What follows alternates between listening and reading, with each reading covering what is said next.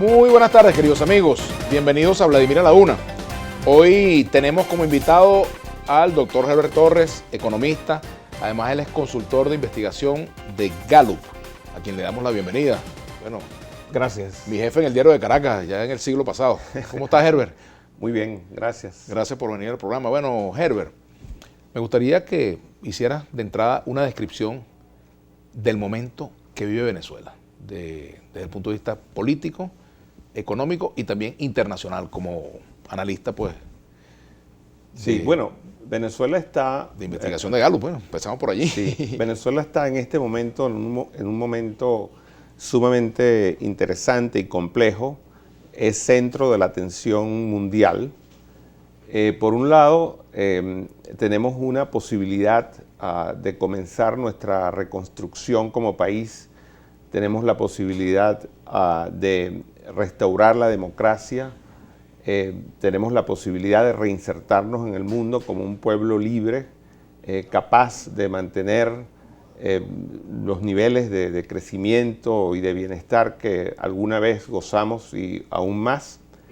Y por otra parte está el peligro de que se perpetúe la situación actual, y no solamente que se perpetúe, sino que se deteriore aún más. Cuando a mí me preguntan cuáles son las perspectivas económicas venezolanas, por ejemplo, yo digo, bueno, depende.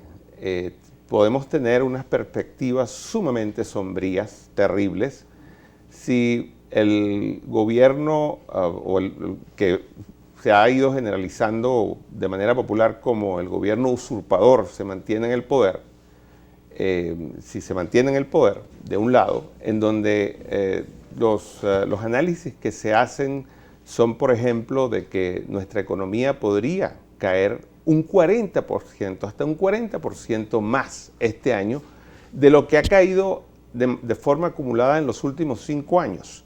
En los últimos 5 años la economía venezolana se redujo a la mitad. A la mitad. Eso es una cifra, un hecho impresionante. Pocas veces producido históricamente. Eso es peor que la Gran Depresión norteamericana, eso es peor que prácticamente cualquiera de las crisis que se ha documentado recientemente, en la historia moderna reciente.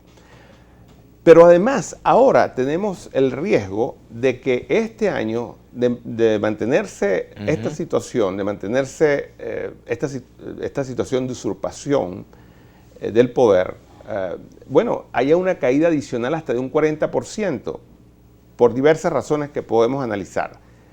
Si eso ocurriese, si nuestra economía se deprimiese en un 40% más de lo que se ha deprimido en los últimos 5 años, eso significaría que nuestro país se convertiría en una economía similar en su tamaño a la de los países de Centroamérica. Sería una economía parecida, por ejemplo, en su tamaño a la de Costa Rica, con la diferencia de que nuestra población es sustancialmente mayor.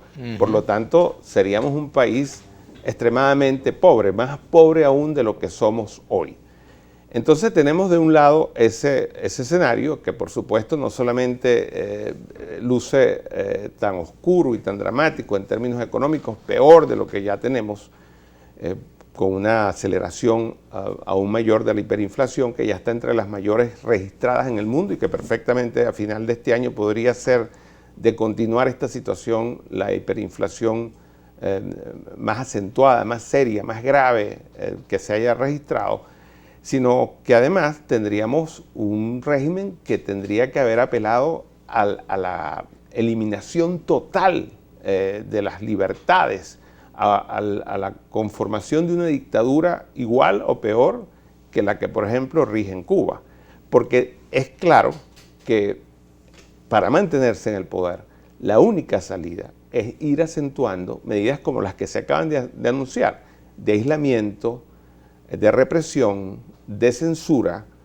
No tiene otra manera de sobrevivir un régimen que está operando en las condiciones en que está operando Venezuela, sino es apelando precisamente a esa acentuación de la represión política. Entonces digo, para cerrar, Vladimir, de un lado está ese escenario que es terrible. Cuando me lo preguntan, digo, si ese régimen se mantiene, las perspectivas son terribles. De forma contrapuesta está un escenario que yo lo describiría como un renacer, como un escenario muy hermoso del inicio de recuperación de nuestras libertades, del inicio de recuperación de nuestra economía, en donde se va a desatar una enorme energía social, una enorme fuerza, porque los venezolanos estamos deseosos de comenzar esa reconstrucción que de alguna manera ya ha comenzado. Esa alegría se está sintiendo. Ahí se palpita que ya viene, que está pronto el comienzo de la reconstrucción venezolana. Ese escenario, aunque es un escenario difícil en el sentido de que nos va a tomar tiempo esa reconstrucción del país, sin embargo nos va a mantener llenos de optimismo, alegres, porque una vez que sintamos que ha cambiado la dirección en que vamos, una vez que sintamos que aunque sea poco a poco, cada día es mejor que el día anterior, en ese momento, a partir de ese momento, sentiremos la fuerza y la energía para mantenernos reconstruyendo el país. Ahora, Herbert, fíjate, más allá de ese escenario, o de esos dos escenarios, está un hecho concreto, la política de Estados Unidos hacia Venezuela. Tú que, por supuesto, desarrollas tu actividad básicamente en Estados Unidos. En el caso venezolano, las sanciones, las medidas que ha tomado la administración Trump contra Venezuela, contra el gobierno de Venezuela, contra el gobierno de Nicolás Maduro, ¿cómo se van a expresar? O sea, ¿qué es lo que puede comenzar a percibirse en concreto de esas medidas? Bueno, hay un conjunto de medidas que ya están operando. Solo que quizás no se han sentido No se han sentido, pero se van a ir sintiendo. ¿Cuáles son esos síntomas? Y no solamente está en ese conjunto de medidas, las medidas se pueden incrementar aún más. Y se pueden hacer, y tenderán a hacerse, no solamente medidas del gobierno norteamericano, sino medidas de la comunidad internacional, porque la comunidad internacional, como nunca, está actuando de manera concertada en el apoyo a las fuerzas democráticas venezolanas para restaurar la democracia en Venezuela. Esas medidas, por ejemplo, las medidas últimas anunciadas en materia petrolera han significado que, por ejemplo, las exportaciones de Venezuela a los Estados Unidos, que son aproximadamente de 500.000 barriles de petróleo diario, ya la facturación de esos barriles petroleros, el ingreso por esos barriles petroleros ya no viene al gobierno usurpador. Ese ingreso está congelado. Y entonces, ¿qué problema se está presentando? Que desde el día que se anunciaron las medidas, hasta el día de hoy hay una cantidad de tanqueros circulando con petróleo venezolano que no encuentran o no saben dónde llevarlo, porque obviamente no lo quieren llevar a Estados Unidos, porque, como acabo de decir, el ingreso proveniente de esa venta no vendrá a Venezuela. O está congelado y vendrá a Venezuela, pero vendrá al gobierno legítimo venezolano. ¿Qué va a hacer Venezuela? Sustituir, o ¿qué va a hacer PDVSA, la actual PDVSA? Sustituir ese mercado no es fácil.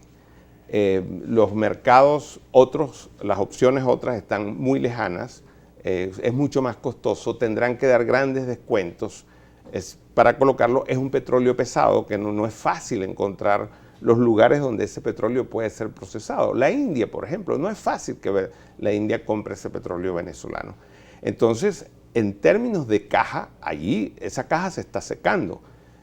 Y no solamente es el petróleo que se exporta, es también lo que Venezuela importa para procesar muchos de sus crudos, por ejemplo, la producción de gasolina, y por eso hay la amenaza de que el país se quede sin gasolina en un tiempo relativamente corto.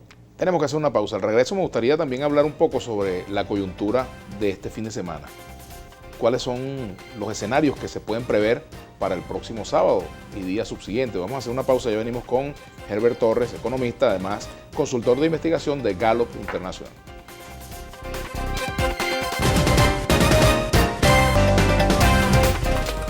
Los invitamos a seguirnos en nuestras redes sociales.